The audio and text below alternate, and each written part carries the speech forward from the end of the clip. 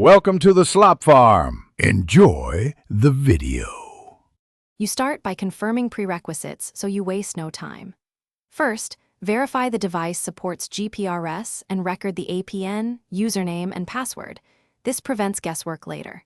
Next, insert a SIM that you know works on data and set the network to 2G/Edge to prioritize GPRS. Once done, open an @command or terminal app and connect via USB or serial. These first actions let you interrogate the modem directly and prepare for targeted fixes. You now diagnose the connection and explicitly reconfigure the PDP context.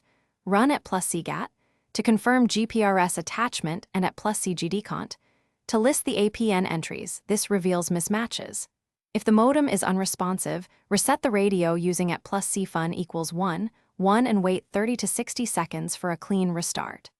After reboot, set the correct APN with @+cgdcont equals 1 IP. Your appin and persist the profile. Then attempt a GPRS attach and monitor signal quality while watching responses for errors. You complete the repair by activating the PDP and validating connectivity. Execute @+cgact equals 1 to bring up the data session and confirm an IP with @+cgpatter. If you get an address, try pinging a public IP and perform an HTTP GET to ensure end-to-end flow. Once connected, make sure DNS resolves names.